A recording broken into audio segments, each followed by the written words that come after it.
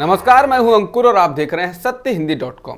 आइए एक नजर डाल लेते हैं अब तक की सुर्खियों पर। वाराणसी की एक अदालत द्वारा ज्ञानवापी मस्जिद में सर्वे के आदेश का मामला सुप्रीम कोर्ट तक पहुंच गया है। सीनियर एडवोकेट हुजैफा अहमदी ने शुक्रवार को सुप्रीम कोर्ट से निचली अदालत के आदेश के बाद यथास्थिति बनाए रखने का आदेश देने की मांग की।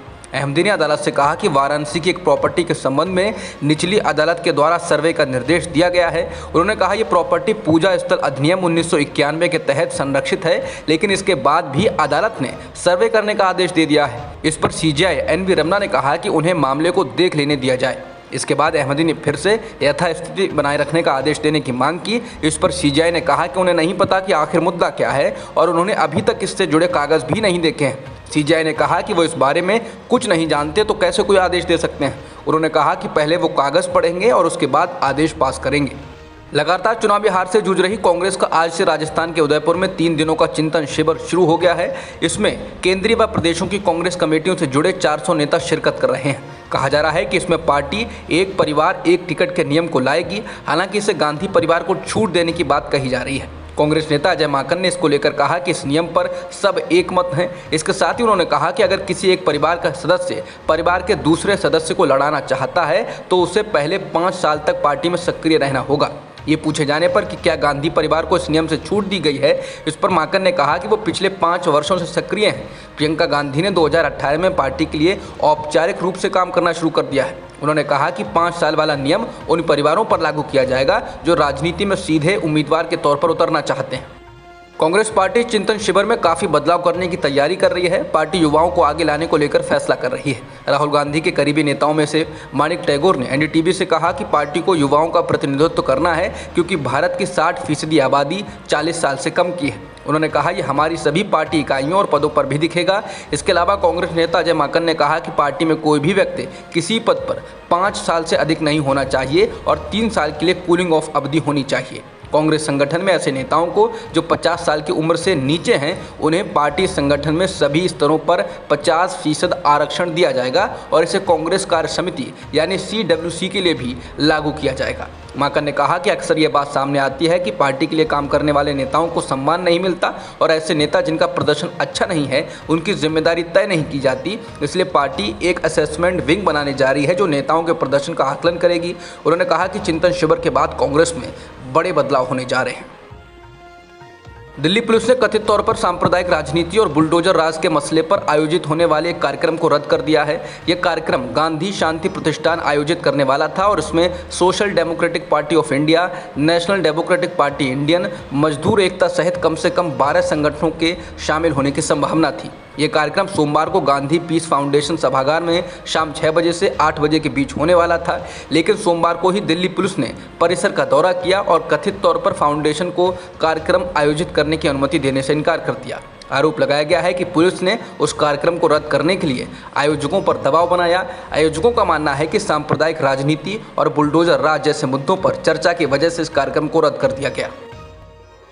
दिल्ली के मदनपुर खादर में बुलडोजर की कार्रवाई के विरोध के दौरान आम आदमी पार्टी विधायक अमानतुल्लाह खान को गिरफ्तार किए जाने के एक दिन बाद अब दिल्ली पुलिस ने शुक्रवार को उनकी हिस्ट्री शीट खोली है। दिल्ली पुलिस ने अमानतुल्लाह को जामिया नगर इलाके का बैड कैरेक्टर घोषित कर दिया है। बता दें, अतिक्रमण को हटाने को लेकर की जा रही कार्रवाई का खान ने विरोध किया था, जिसके बाद उनको गिरफ्तार कर लिया गया। इसके अलावा एक महिला और उसकी नाबालिग बेटी सहित 12 निवासियों को भी हिरासत में लिया गया था। इस बीच दिल्ली के उप मुख्यमंत्री मनीष सिसोदिया ने शुक्रवार को केंद्रीय मंत्री अमित शाह को पत्र लिखकर उनसे तत्काल हस्तक्षेप करने और दिल्ली में बुलडोजर के अभियान को रोकने के लिए कहा है। सिसोदिया ने कहा कि बीजेपी और उसके नेताओं ने दिल्ली में अपनी सस्ती बुलडोजर राजनीति चलाने के लिए सभी हदें पार कर दी हैं, जबकि MCD में उसका समय पूरा हो चुका है। जम्मू कश्मीर में अब एक पुलिस कांस्टेबल की संदिग्ध आतंकवादियों के द्वारा गोली मारकर हत्या कर दी गई। घाटी में पिछले 24 घंटों में ये दूसरी हत्या है। मृतक की पहचान रियाज अहमद ठोकर के रूप में हुई।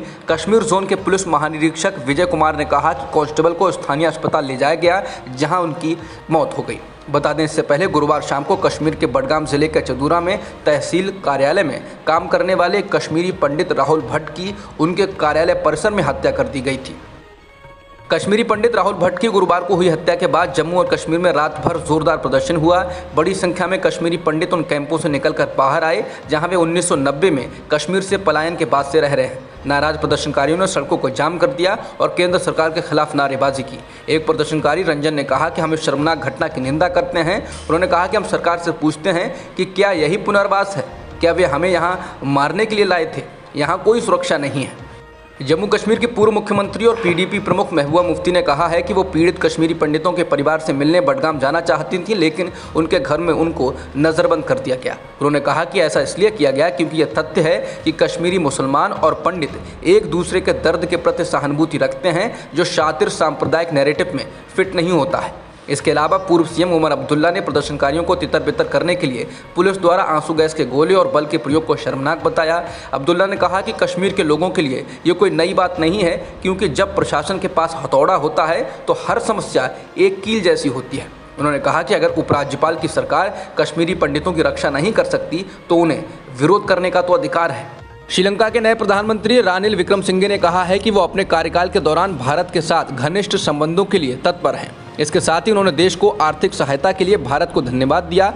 देश की कर्ज में डूबी अर्थव्यवस्था को स्थिर करने और राजनीतिक उथल-पुथल को खत्म करने के लिए 73 वर्षीय रानिल विक्रमसिंघे ने गुरुवार को श्रीलंका के 26वें प्रधानमंत्री के रूप में शपथ ली है। प्रधानमंत्री विक्रमसिंघे ने अपने देश को भारतीय आर्थिक सहायता का जिक्र करते हुए कहा कि मैं एक करीबी रिश्ता चाहता हूं और मैं प्रधानमंत्री मोदी को धन्यवाद देना चाहता हूं। शपथ लेने के बाद कल रात यहां आयोजित एक धार्मिक समारोह के दौरान उनका ये बयान आया। एआईएमआईएम के प्रमुख असदुद्दीन ओवैसी ने गुरुवार को ज्ञानवापी मस्जिद के फैसले को पूजा स्थल अधिनियम 1991 का घोर उल्लंघन करार दिया। बता दें, इस अधिनियम के अनुसार कोई भी व्यक्ति किसी भी धार्मिक संप्रदाय या उसके किसी भी वर्ग के पूजा स्थल को 1947 के बाद की स्थिति में बदलाव नहीं कर सकता है। ओवैसी का बयान कोर्ट के उस आदेश के बाद आया है जिसमें कोर्ट ने कहा कि ज्ञानवापी मस्जिद के अंदर सर्वे जारी रहेगा और रिपोर्ट 17 मई तक प्रस्तुत की जाए। ओवैसी ने कहा कि कोर्ट का फैसला बाबरी मस्जिद मालिकाना हक विवाद में दिए गए सुप्रीम कोर्ट के फैसले का भी उल्लंघन है। इसके अलावा ओवैसी ने जोर देकर कहा कि वो बाबरी मस्जिद के बाद एक और मस्जिद नहीं खोना चाहते हैं। उन्होंने कहा, ये एक खुला उल्लंघन है और मुझे उम्मीद है कि all India Muslim personal law board और मस्जिद कमेटी सुप्रीम कोर्ट जाएंगे। उन्होंने कहा कि मैंने एक बार बाबरी मस्जिद खो दी है और मैं दूसरी मस्जिद नहीं खोना चाहता। उन्होंने ये भी सुझाव दिया कि योगी आदित्यनाथ के नेतृत्व वाली उत्तर प्रदेश सरकार को उन लोगों के खिलाफ तुरंत एफआईआर दर्ज करनी चाहिए जो धार्मिक स्थलों की प्रकृति को बदलने की कोशिश कर रहे हैं। कांग्रेस ने पूर्व केंद्रीय मंत्री केवी थॉमस को पार्टी विरोधी गतिविधियों के आरोप में गुरुवार को पार्टी से निष्कासित कर दिया। थॉमस ने कोच्चि में उपचुनाव के संबंध में आयोजित एक बैठक में माकपा नेता एवं केरल के मुख्यमंत्री पिनराई विजयन के साथ मंच साझा किया, जिसको कुछ घंटों के बाद कांग्रेस ने उनके खिलाफ ये कार्रवाई की। उनके खिलाफ इस कार्रवाई की जानकारी केरल कांग्रेस के प्रमुख के सुधाकरण ने दी है। केवी थॉमस इससे पहले कह चुके थे कि वो वामपंथी उम्मीदवार का चुनाव प्रचार करेंगे और वो पार्टी लाइन के खिलाफ पिनराई विजयन के कार्यक्रम में पहले भी शामिल हो चुके हैं।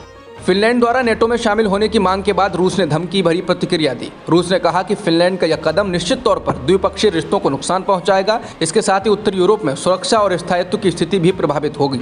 रूस ने कहा कि उसे जवाबी कदम उठाने के लिए मजबूर किया जा रहा है।